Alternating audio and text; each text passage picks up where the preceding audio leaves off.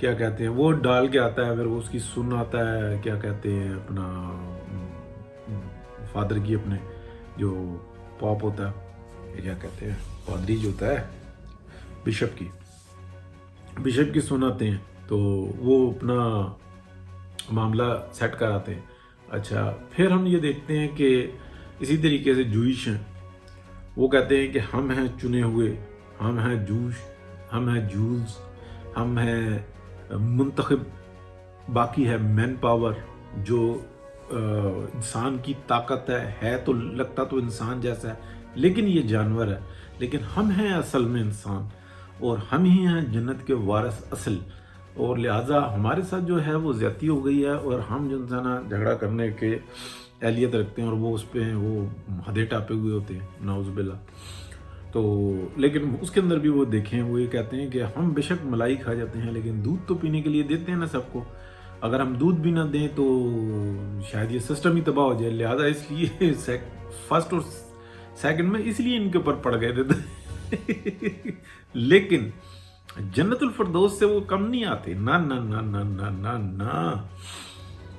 اب آگے اسی طریقے سے آپ دیکھ لیں، بدھسٹ کو دیکھ لیں، اور جو دیگر مذاہب ہیں، پھر آپ یہ دیکھ لیں جو نئے کریٹڈ ہیں، جو احمدی ہو گئے، وہ تو کہتے ہیں فنڈ آنا چاہیے، پتہ نہیں 14% ہے کہ 17% ہے، مجھے ایگزیکٹلی مطلب بھولا ہوا ہے، منتھلی کی جو انکم ہوتی ہے نا اور پروفٹ ہوتا ہے ان دونوں میں، یعنی کہ اگر کوئی تنخواہ دار شخص ہے تو اس کی جو بھی تنخواہ ملے گی اس کا 14% آئے تھی، یس 17 نہیں ہے بلکہ 14 ہی ہے، یس 14% جو ہے نا وہ سیدھی ان کو فنڈ چلی جائے گی، اور اگر جو کاروبار کرتا ہے تو جو اس کا نیٹ پروفٹ ہوگا نا اس پروفٹ کا جو ہے نا 14% وہ دیتا ہے اپنے جماعت خانے کو، تو وہ جنت الفردوس کا، اور انہوں نے کوئی میرے خیال کو قبرستان بھی بنایا ہوا ہے اس طریقے کا، یعنی کہ کہنے کا مطلب یہ ہے کہ ہر جگہ پہ جو ہے نا وہ ڈیل فکس ہے۔ اب دیکھنا یہ ہے کہ پاکستان کے اندر جو سب سے بڑا جو واردات ڈل رہی ہے نا وہ کیا ہے، اس کے اوپر تو آنے سے پہلے میں نے ولاگ مکمل کر دیا۔ پاکستان کے اندر جو جوان نسل ہے نا اس کا بڑا مسئلہ ہے، پوری دنیا کی آنکھوں میں کٹک رہی ہے، بہت طاقتور لوگ ہیں ماشاءاللہ، اگر میں اپنے تجربے کی بنیاد پہ کروں، 12 گھنٹہ کام کرتے ہیں، 7 دن کام کرتے ہیں، اور ٹکا کے کام کرتے ہیں، پورے یورپ میں، امریکہ، کینیڈا، آسٹریلیا، جہاں چلے جائیں ان تک، اور ایمانداری کے ساتھ کرتے ہیں، یہ بھی بڑی بات ہے۔ مطلب اٹالین جو ہے نا وہ جتنا ٹرسٹ پاکستانی پہ کرتا ہے نا کسی پہ بھی نہیں کرتا، وہ کوئی بے شک ان کے اندر جو ہے نا ایک نفرت پائی جاتی ہے، میں پازیٹیولی کہہ رہا ہوں، یہ اپنے آپ کو رومنز کہتے ہیں اندر سے، اور یہ سب معاملے اس کو چلے چھوڑ دیں، لیکن ٹرسٹ جو کرتا ہے نا، جیسے پاکستان کے اندر نا پٹھان کو بیچارے کو اخروٹ کہتے رہیں گے، کچھ کہتے رہیں گے، بے وقوف کہتے رہیں گے، لیکن اپنا گھر بن رہا ہوگا نا ٹرسٹ پٹھان پہ کریں گے کہ یہ کھڑا کر دو لا کے، اس کا ککھ نہیں پتا کہ کون سا گاؤں ہے، کیا پکڑوں گا نہیں پکڑوں گا، چوک سے جا کے دیہڑی پہ مزدور لے کے آئیں گے، پھر اس کو پکا کر لیں گے، تم نے میرے ریت بجری ہر چیز کی حفاظت کرنی ہے، اور اس کو پتا ہے کہ یہ پٹھان جو ہے نا یہ مر جائے گا 1 روپے کی بےایمانی نہیں کرے گا، یہ صرف اس مطلب یہ جینیٹک ہے نا اسی طریقے سے، لیکن جب وہ بیٹی کو رشتہ دینے ہوں گے نا وہ پٹھان کو نہیں دیں گے بڑے سیانے اچھا کوئی رشتہ داری نہیں کریں گے، وہ کہیں گے نا نا نا نا، اور 100 باتیں آ جاتی ہیں۔ اسی طریقے سے بلوچ ہیں، ان کے اوپر بھی ٹرسٹ کریں گے، اچھا اسی طریقے سے جو نا مہمان کہیں ٹھہرنا ہو وہ سندھی کے پاس چلے جائیں گے، لیکن اس کو نہیں بلائیں گے کہ تو آ ہمارے پاس مہمان، نہ نہ نہ نہ نہ، بڑے تیز ہیں، بڑے فنکار لوگ ہیں پاکستانی۔ اچھا یہ جو نسل ہے نا اس کا وقت ضائع کرنا، اس وقت میں دیکھیں نا عمران خان جب آیا تھا نا تو بار بار یہ کہتا تھا ینگ جنریشن، میں ینگ کا لیڈر ہوں، یہ ینگرز کو گمراہ کرنے کے لیے آیا تھا۔ آپ مجھے بتائیں جب عمران خان آیا جو 14 سال کا بندہ تھا وہ آج کتنے کا، 14 سے 24 کا ہوا، 34 کا ہو گیا، اور 10 سال کے بعد کہاں پہ ہوگا، 34 کا تو ہو گیا نا، اور 10 سال کے بعد کہاں ہوگا، 44 کا، وہ کیا رہ گیا؟ کیا ینگ نسل پیچھے سے اتنی آ رہی ہے؟ نہیں آ رہی۔ پہلے بچے ہوتے تھے 6 7 8 9 10 12 14، ایک گھر میں بچے بدم، ایک ماں باپ جو ہے نا نہ موبائل فون نہ کچھ، نہ لینا نہ دینا، رات کو بس ایک ہی کام ہوتا تھا، دن میں بھی ایک ہی کام ہوتا تھا، انجوائمنٹ کی ایک ہی چیز تھی، یہ ہم سب کی ارد گرد دیکھے تو یہی صورتحال تھی اور کوئی انجوائمنٹ نہیں تھی. اب کیا ہے بھائی, کوئی 3 پہ ٹپتا ہے نا تو بڑی بات ہوتی ہے. 2-1-2-1-3-4 بہت مطلب آپ کو جو ہے نا 4 والا مشکل سے ہی نظر آتا ہے. آنے والے وقت کے اندر آپ ایک آدھا ہی 2 دیکھیں گے, اسی کے 2 ہوئے تو کیا آپ بات ہے. اچھا, یہ ساری صورتحال نظر, اس جو ہے نا یہ جرم جو ایک کرائم کیا ہے یہ عمران خان اور باجوہ ڈاکٹرائن نے کیا. یہ جب نواز شریف کا دور تھا نا, وہ کہتا تھا یار کسی کی ٹیکسی چلا رہے ہو آپ اپنی ٹیکسی لو, کسی کی کشتی چلا رہے ہو آپ اپنی کشتی لو, ہم دیتے ہیں آسان اقساط میں جناب. اس وقت میں 3200 روپے مہینے کی ہوتی تھی.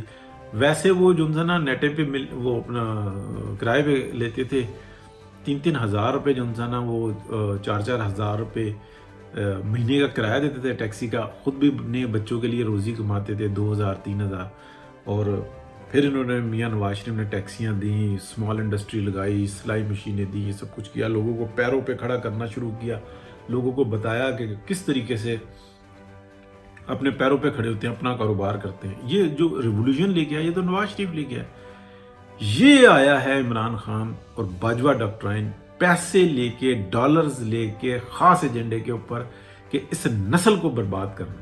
یہ ہے وہ نسل برباد کرنے والا کیڑا, ٹھیک ہے. یہ ہے وہ لعنت جس کا نام ہے عمران خان, جس نے فرنٹ سے لیڈ کیا اور اپنے ساتھ انسانہ ملایا. اس کے جو بھیجنے والے ہیں نا وہ اس کے سسرال والے ہیں, اور وہ بھیجنے والے پھر وہ ہر ایک کا جو ہے نا مینج معاملہ کرتے ہیں, جس کو ہم اکاؤنٹ کہتے ہیں نا, بینک اکاؤنٹ کہتے ہیں, بلیک مارکیٹ میں اس کو بینک کہتے ہیں. تو ان سب کے بینک جو ان سے ہیں نا وہ انہی لوگوں کے پاس ہیں.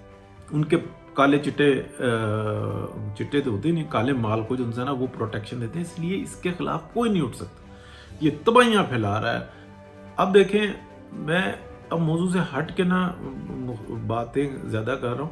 فواد چودھری ہے, اس کو کس بات کا خوف ہے, کیوں نہیں گرفتاری دینا بھائی. آج شاہد خاقان عباسی کو پکڑو, خواجہ آصف کو پکڑو, خرم دستگیر کو پکڑو, وہ سے پوچھیں گے بھائی یہ پیسے کہاں ہیں, وہ کہے گا اچھا لاؤ حساب میں بتاتا ہوں, یہ اتنے آئے تھے اتنے گئے تھے. وہ فٹافٹ جو نا حساب بتانا شروع کر دیں گے. فواد چودھری کو پکڑیں گے نا, ڈنڈا ماریں گے, اے ڈنڈا اے ٹھا ٹھا 10 بھائی, ایک ٹرک تک کی چکر ہے. اسے 4 ڈنڈے کھانے ہیں نا, تو اس نے کہنا بھائی وہ دے ٹرک نو چھڈو, اے جڑا بندیال دے 5 ٹرک گئے نا پچھلے 6 مہینے دے وچ, انہاں دی گل کرو, وہ میں تانوں دسدا. وہ جو بندیال کے 5 ٹرک گئے ہیں ان کے بارے میں بتاتا ہوں. اب بندیال کیوں اس کو پروٹیکشن نہیں دے گا. پھر وہ جہاں پہ گئے ہیں ان کے بارے میں ہول سسٹم جو فائنینس کا وہ ڈیل کرتے ہیں, بلیک کا بھی وائٹ کا بھی, وائٹ کا بھی بلیک کا بھی. تو وہ پروٹیکشن کیوں نہیں دیں گے. وہ پھر گرمیاں دکھاتے ہیں. اور پھر صرف ٹرکوں کی بات یہاں پہ نہیں نہ رکتی. اس وقت میں جن کی غیرت جاگی ہوئی ہے نا, ٹرک تو ان کے بھی ہیں.